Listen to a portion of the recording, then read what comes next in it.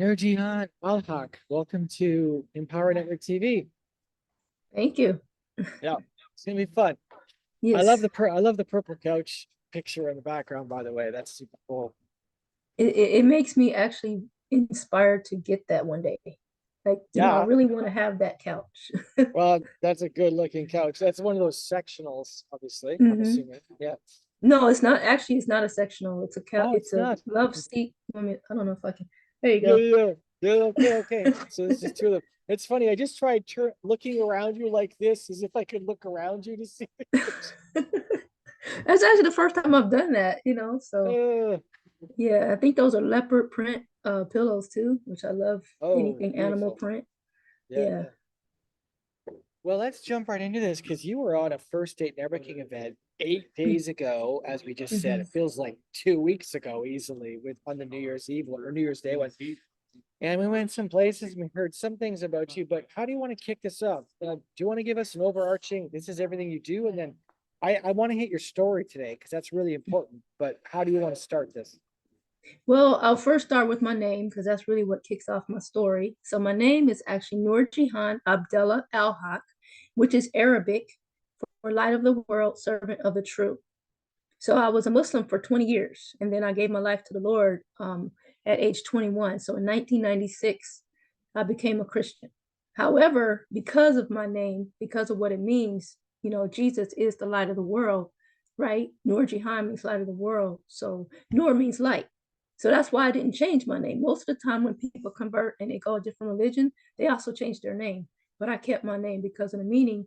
I feel like it means more to me as a Christian than it did as a Muslim. Well, there's a lot in a name. I've seen some of the studies, like they can measure stuff when you say a name. You're actually Mhm. saying the energy, the meaning behind the name. It's power. Words are powerful. So Right. you wanted to keep it because of that. So well, that's a whole story. We could talk about just that, but Yeah, that that's I not your know. only story. Yeah, I get that all the time. Like I'll start out like on a lineable, talking to people about what I do. Once I tell them my name, then the whole conversation shifts, and it's just like, I just want to hear more about that. So I know that that has happened.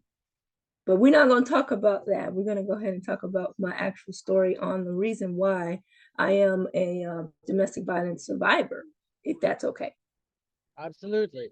Please. Okay. So October 1997 was the day that my life took a turn and I almost died in the hands of my son's father. We were in an altercation. The way that he was actually disciplining him, I didn't appreciate it. And so I got in his face about, why is my son yelling? Why is my son screaming? He said he's not really, he's just doing that because you're here.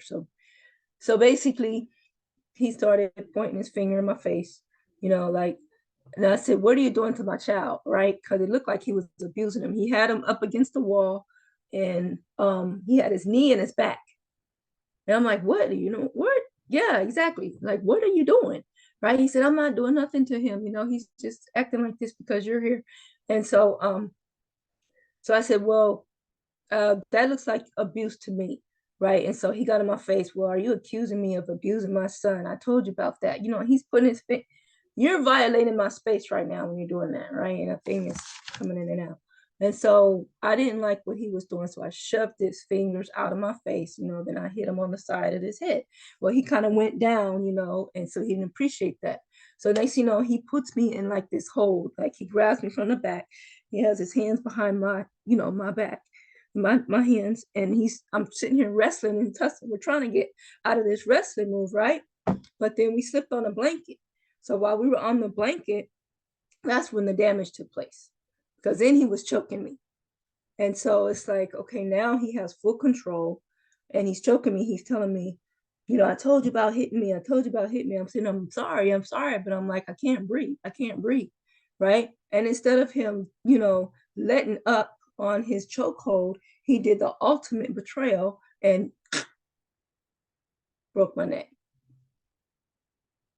And I was out. Like I don't know. I just passed out. I heard it. You know how like you have a bag of chips and you crumble bag of chips, you know, the way it crunches like that, that's how it sounded. And so I really literally thought I had came here and just like, I thought I had died because I was out. Like my lights were out. I don't know how long I was out, but I just saw gray and I was just laying there. And then next you know, I'm back. And he was like, Nur, like, you know, he's telling me, wake up, you know, like, and I was like, I'm still here. So what happened? You know, it just, I didn't even, it happened so fast. I didn't know what was going on. But then I said, I can't feel my legs.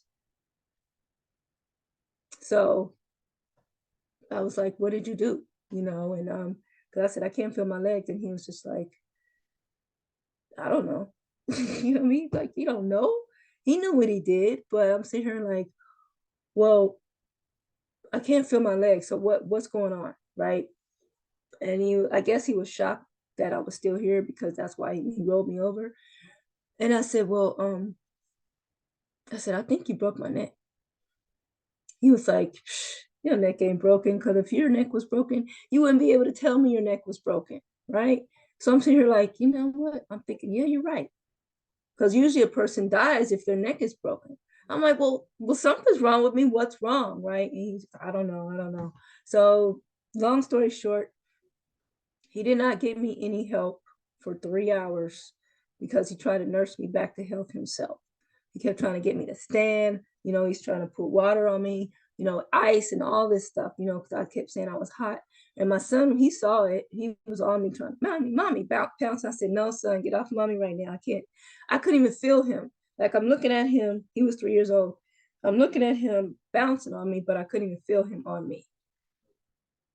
So I was just like, well, I don't know, you know, and he's just, you know, we're just talking and all kind of conversations about, you know, our relationship. But we had already broke up. You know, I met him in Alaska. He was in the military. So I met him when I was actually 18 and he was 20. So he was 2 years older than me. But we weren't even together when this happened. But when we were together, we were, you know, it was abusive. And he pulled a gun on me twice, you know. We went through a lot of physical and mostly mental abuse, but also infidelity. You know, it's just a lot of stuff that went on in our relationship. And so the reason he had my son, he actually tricked me into giving him custody.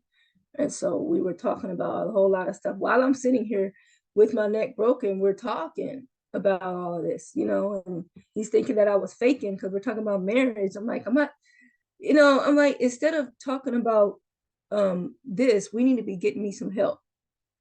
And so I didn't really get any help until like 3 hours because the whole thing started with he was getting ready to go to church and I wanted to go to church with him. And he was like, no, you can't go to church with me because his mom's a pastor. And then she'll know that you're here. She doesn't believe in that cohabitation, you know, and sex before marriage and all that stuff, living with each other. And so his brother was there and he took off with the car. So we had to wait till his brother got back. And so instead of getting the actual, you know, ambulance to take me, they took me in his car. Now, mind you, my son's room is upstairs. So that means there's stairs now, right? And so while he had one side of me and his brother had the other side of me, and there was no stability on my neck. So we're going down the stairs like this, right? Like my neck is like a bobblehead. That's even more damage. So the whole time, all this movement that he's doing, he made the paralysis worse. So I'm really a miracle because when I got there, you know, and then he made an excuse to tell me, well, just tell them that you were, you know, you were playing with the baby and you slipped on some water and you fell down the stairs, right? Yes, of course, dumb for me, but I did. I told them that. Well, they can tell by the way that my neck was fractured that there was no way I fell down those stairs. They said that was from somebody actually literally putting their hands on me. So the doctors knew that that was not really what happened. So I got some attention right away, but where I was at in Clarksville, Tennessee, the hospital here wasn't enough for me to get the right help. So I had to actually get medevac to Nashville. So they had to get me over to Nashville to have the proper attention. And so I ended up finding out what it was it was a C6, C7 fracture to my vertebrae. and it was incomplete. So with it being incomplete, there was room for recovery. And so I had to wear a halo for 12 weeks. And that in itself is a miracle too, because most of the time, 6 weeks. Most of the time when someone wears a halo, it's 12 weeks. And I only had to wear it for 6. So that's half of the time most people have to wear a halo for. And the thing is too, I had really just got finished. I had just converted to Christianity pretty much. So this happened in 97 and I gave my life to the Lord in 96. Well, I was actually going to a discipleship class, a Bible study, and getting closer to the Lord. And so one day I didn't make it to class, and that was why, because I was in the hospital. And so I was able to tell, the people that I usually have Bible study for. Noor never misses Bible study, So they visited me. They came and visited me in the hospital, and they actually brought the Bible study to the hospital so that I didn't have to miss it. So we end up had a place in the little lobby area so I can continue my Bible study, so that was good. But the good thing about what happened is that my family was there. My mom, she was in Alaska. She actually was able to fly and came down, and she was able to help me. I found out his mom called my mom, and that's how she knew. I'm like, really? All that was going on? And so, but yeah, I used to be right-handed, and then I had to learn everything again with my left hand, because when they went into my neck, they went into the side, they went into the neck, the right side of my body. No, the left side of my body, which affected the right side. And so I'm kind of like a stroke patient, because most of the time when you have a spinal cord injury, it's going to be, both sides of you don't work, right? But it was just one for me. So when I had to get rehabilitated, I had to learn how to learn everything with my right hand. I'm in my left hand, and it's kind of hard because being in a wheelchair and then you're trying to open the door, and normally if the door is for the right side, I have to use my left hand to open the door. So the wheelchair is getting in the way of the door, right? And it's just like, I can't, and then, but because I'm able to walk again, that's another thing too. Because of the grace of God and rehabilitation, I was able to learn how to walk again. So I actually can use my foot and push it in the door and hold the door open, so it's not as bad as it would be if someone who can't actually use their legs, right? But it's still a pain. And so I don't use my wheelchair as much now because I am able to walk again, but I use it when I go to places and it's just too much walking for me. So I do still have it, but for right now, I'm using my walker, because I actually started walking again.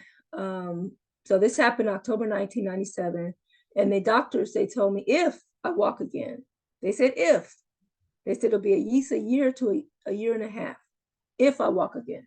And I said, oh, y'all said if. Okay, all right. So I know the God that I serve, right? And so I took that if and I read with it. And so with rehabilitation and everything like that, I I learned how to walk again on those little, the parallel bars. And one thing about this part that I really remember the most is my son would come to therapy with me sometimes.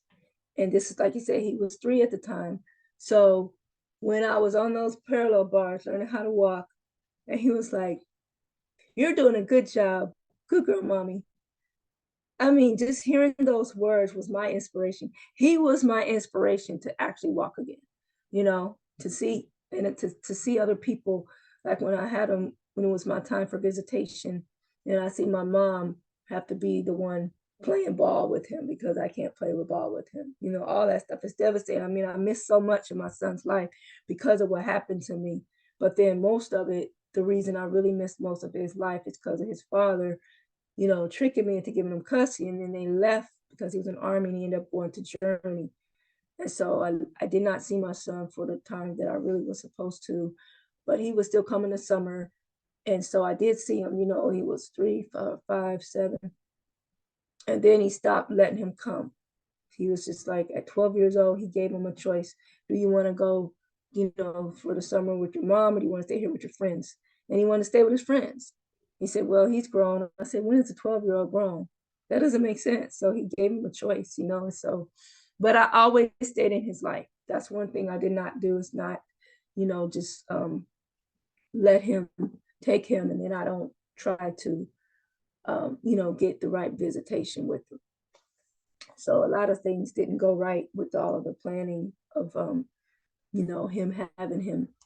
And so fast forward, everything is good. Me and my son, we're really good as far as our relationship now.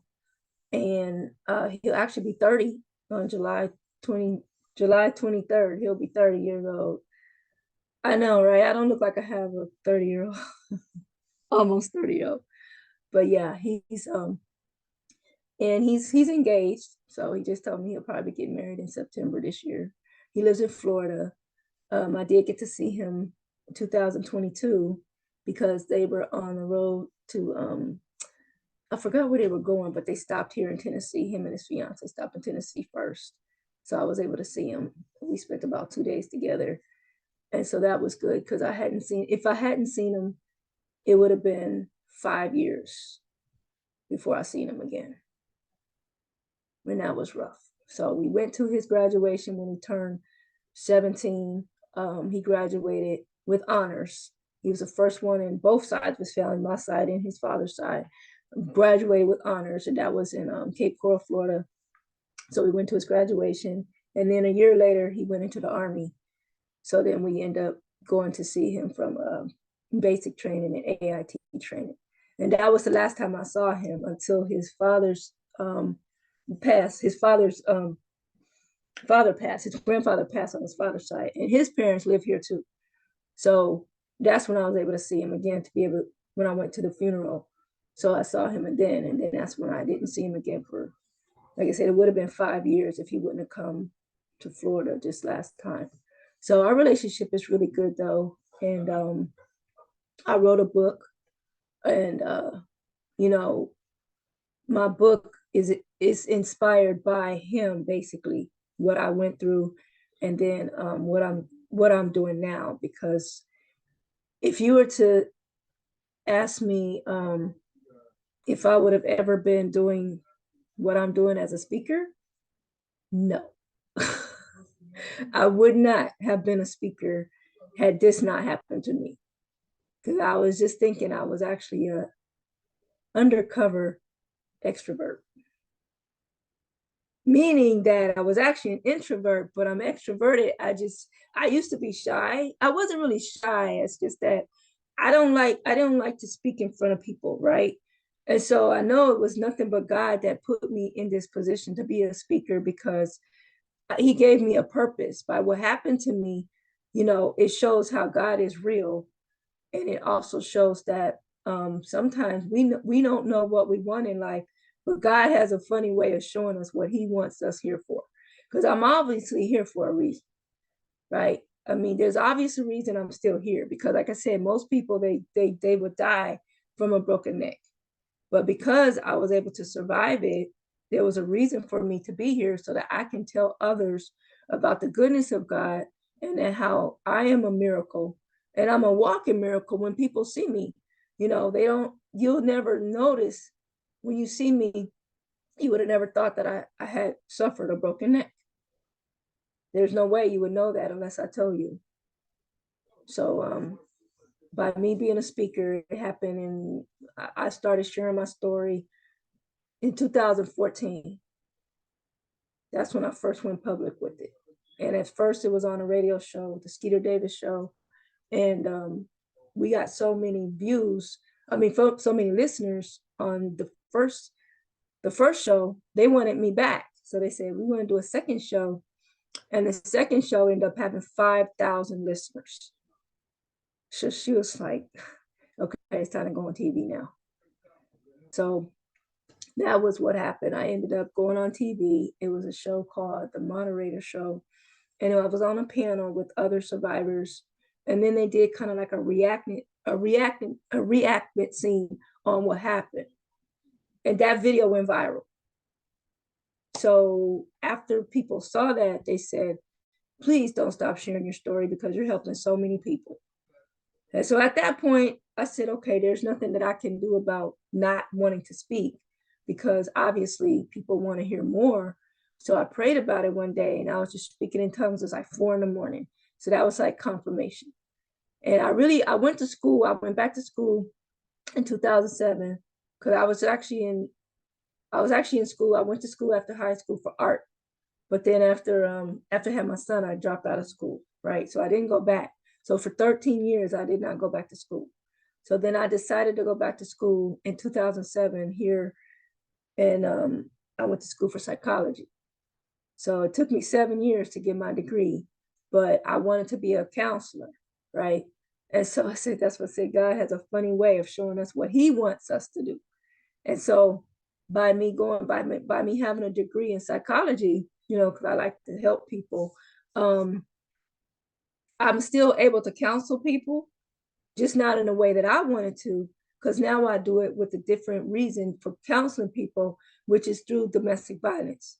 By being an advocate for domestic violence, I'm able to help people even more now than I would as just being a counselor. Because now I'm specifically counseling people and showing people, to let them know about the signs and how to learn how to love yourself and not, settle for anything that less than what God has for you.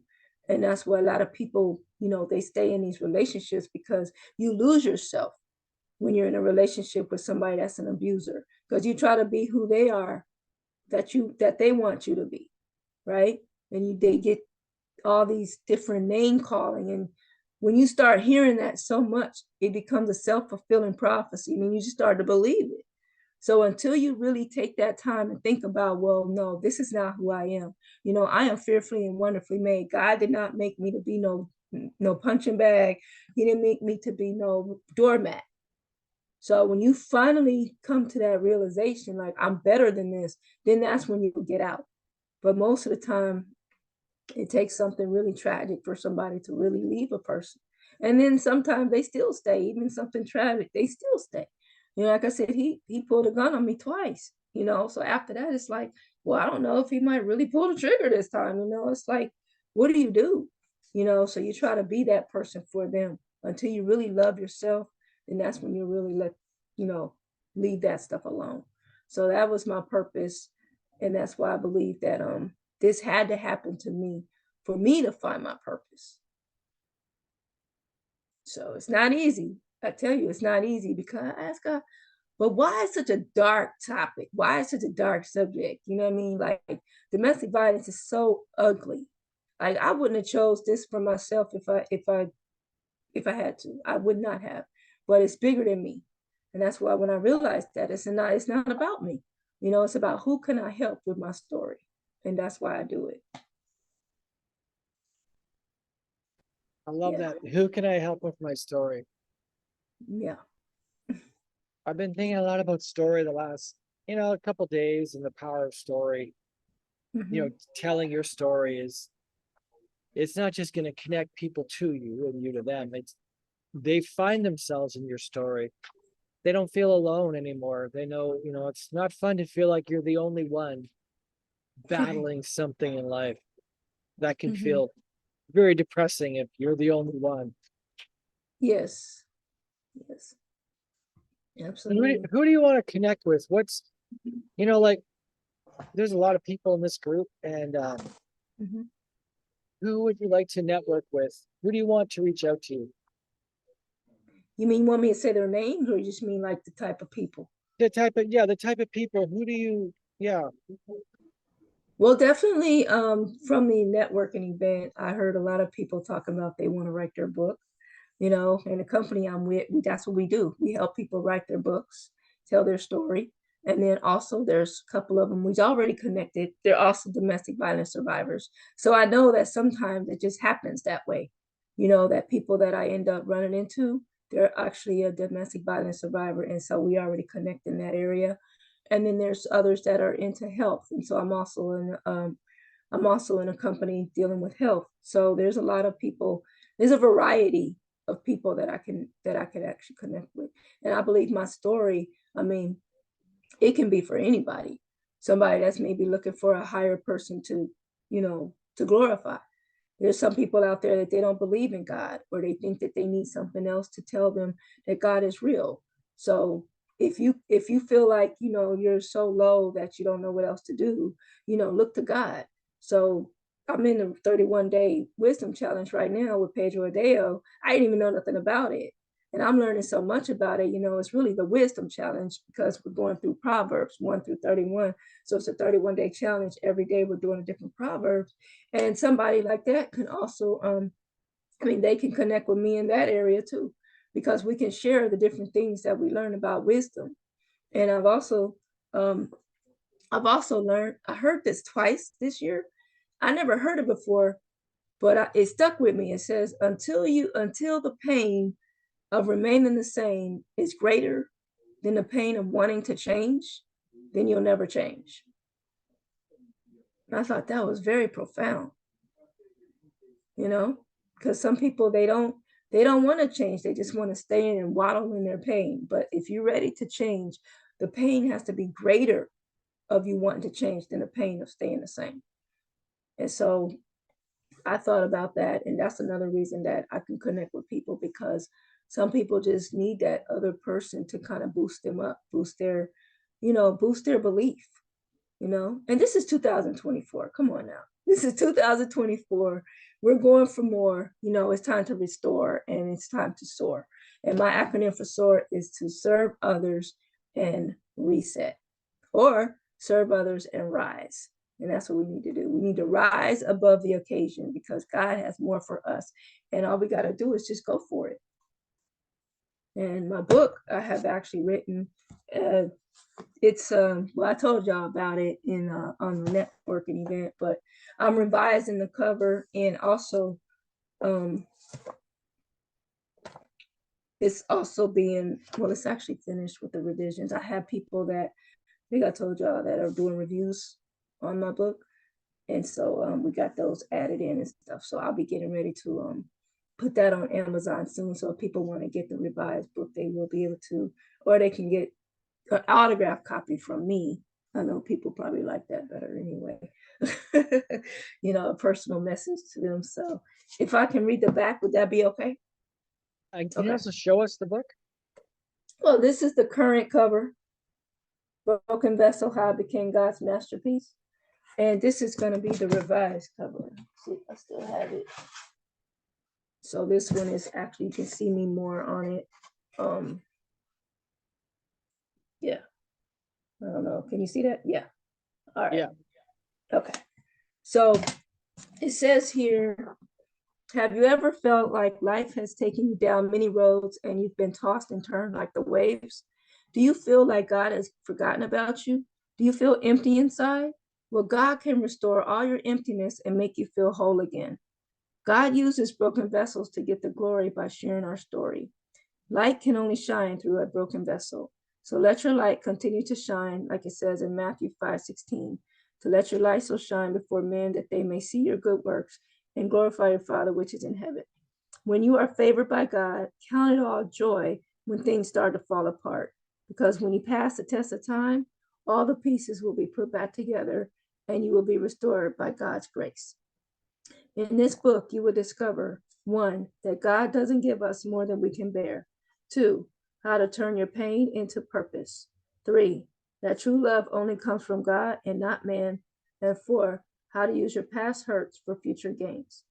About the author, NurJehan Al-Haqq is a kingdompreneur, mother of one son, Hassan, the author, poet, DV, which is domestic violence survivor and advocate, speaker, and model.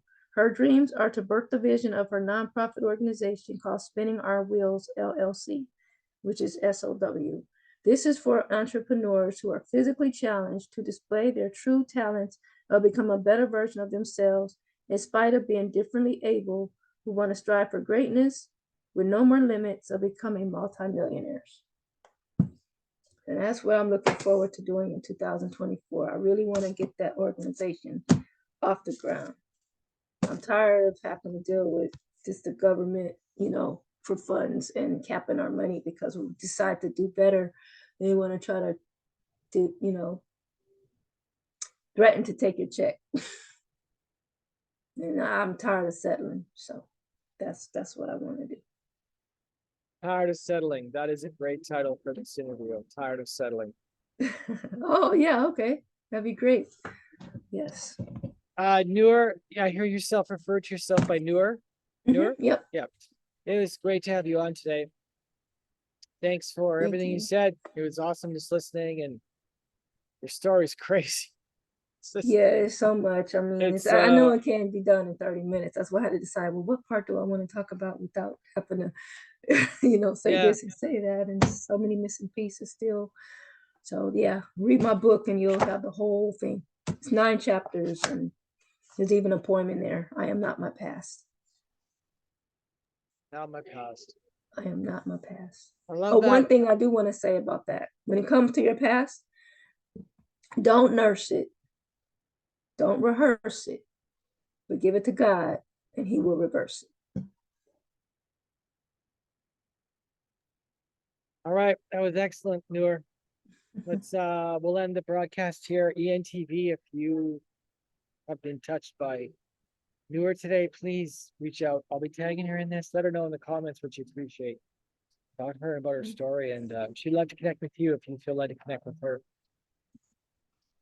Absolutely. All right. Thank